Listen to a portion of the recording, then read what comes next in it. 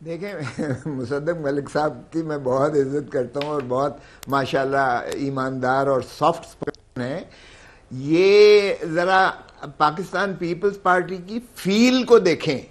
بات کر رہے ہیں، بہت اچھی بات کر رہے ہیں، کافی شاید مصلحتاً کچھ ان کے ساتھ جو بھی انٹریکٹ کرتے ہیں، لیکن پاکستان پیپلز پارٹی کی فیل یہ بالکل ہماری نہیں ہے کہ ہم یہ جو فیصلے کیے جا رہے ہیں، چاہے وہ آئی ایم ایف کے ڈیل کے فیصلے کیے جا رہے ہیں، چاہے وہ معیشت پر کیے جا رہے ہیں، چاہے محترم انٹیریئر منسٹر صاحب کی جو زبان خوبصورت جتنی استعمال کر رہے ہیں، یا جس طرح کی اس طرح جو ہیومن رائٹس کی وائلیشن میں کر رہے ہیں، یا جن لوگوں کے خلاف اس وقت پابہ سلاسل کیے جا رہے ہیں، سیاسی مقدمات کیے جا رہے ہیں، پیپلز پارٹی کی فیل قطعاً ان کے ساتھ جو ہے بالکل وہ نہیں ہے. اس لیے خدا را یہ جنرلائز نہ کریں.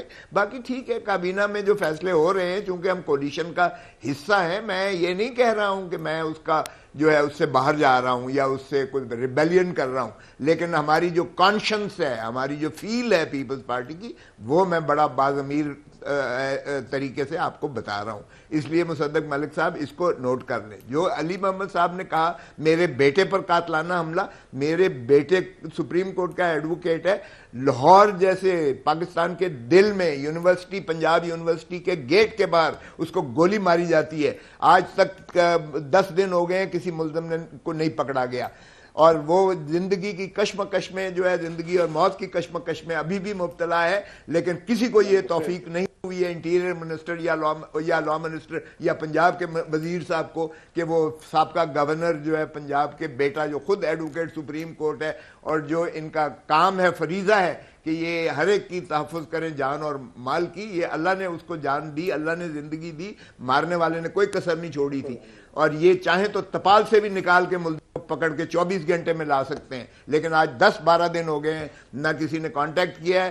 ویسے جی یہ ہم نے یہ کر دی ہیں، 4 کمیٹیاں بنا دی ہیں جی، جیو فینسنگ کر رہے ہیں جی، اپنا CCTV کیمراز دیکھ رہے ہیں جی، ملزموں کو ٹریک ڈاؤن کر رہے ہیں. یہ کاروائیاں ان کی سنیں تو اللہ معافی دے، لیکن نتیجہ نل ہے. اگر یہ لا اینڈ آرڈر کی سچویشن لاہور جیسے شہر میں ہے اس وقت، تو پاکستان کا تو پھر اللہ ہی حافظ ہے. ہم سب لوگ جو ہے تلی پر جان لے کر ہم پھر رہے ہیں، ہماری کوئی تحفظ کا جو ہے نہیں.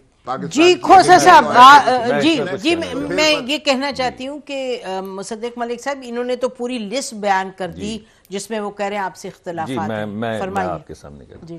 پہلے تو کھوسا صاحب کے صاحبزادے جو ہیں وہ اسی طرح جیسے ہمارے بھائی ہیں. مجھے بہت دکھ ہوا ہے، میں آپ کے دکھ میں بھی برابر کا شریک ہوں. آپ کا گلہ بھی برحق ہے، بلکہ اس سے بھی زیادہ آپ کو گلہ کرنا چاہیے.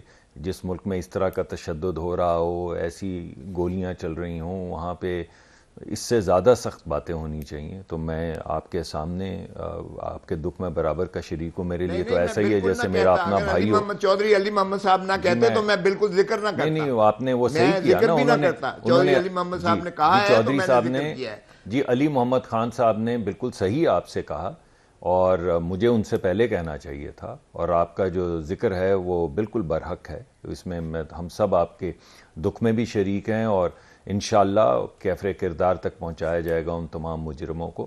جہاں تک آپ نے دوسری باتیں کی ہیں بھائی، آئی ایم ایف کی جو نیگوشیشنز ہوئی ہیں اس میں بہت بڑا ایلیمنٹ انوائرمنٹ کا ہے، بہت بڑا ایلیمنٹ منسٹری آف انڈسٹری کا ہے، بہت بڑا ایلیمنٹ جو ہے وہ منسٹری آف کامرس کا ہے، بہت بڑا ایلیمنٹ جو ہے جس سے میں نے ڈیل کیا ہے پیٹرولیم کا ہے، اور جس سے خرم دستگیر نے ڈیل کیا ہے وہ پاور کا ہے. یہ کی ایریاز ہیں، اور فائنینس کا ہے. اس میں سے آدھی وزارتیں پیپلز پارٹی کے پاس ہیں. آپ کیسے کہہ سکتے ہیں کہ آئی ایم ایف کے جو مذاکرات ہو رہے ہیں ہم اس میں شریک نہیں؟ آپ شریک ہوئے ہیں. اگر آپ واقعی سمجھتے ہیں اور معترض ہیں تو پرسوں ٹیوزڈے کو کابینہ کا اجلاس ہے، آپ یہ اٹھا دیجئے وہاں پہ. یہ کیا بات کر رہے ہیں آپ کیسے کہہ سکتے ہیں کہ ہم شریک نہیں ہیں؟ جب آپ شریک ہیں اور مجھے معلوم ہے کہ شریک ہیں تو آپ کیسی گفتگو فرما رہے ہیں؟ یہ مجھے لگتا ہے کہ کوئی گڑبڑ ہوئی ہے، لیکن جیسے ہی پروگرام ختم ہوگا میں فون کروں گا، 1-2 دوستوں سے پوچھوں گا کہ کیا ہوا ہے جو کھوسا صاحب یہ بات کر رہے ہیں، کیونکہ ابھی تک یہ بات میرے سامنے نہیں آئی آپ کی گفتگو سے. وہ کہہ رہے ہیں کہ آپ لوگ کیسز بھی کر رہے ہیں ان کے خلاف، سیاسی مخالفین کے خلاف آپ ناجائز کیسز کر رہے ہیں. دیکھیں جہاں پہ ناجائز کیس ہوگا، میں تو خود اس کے سامنے میں نے غداری کے کیسز کے خلاف بات کی ہے. بالکل کوئی ایسے غداری کے کیسز نہیں ہونے چاہیے.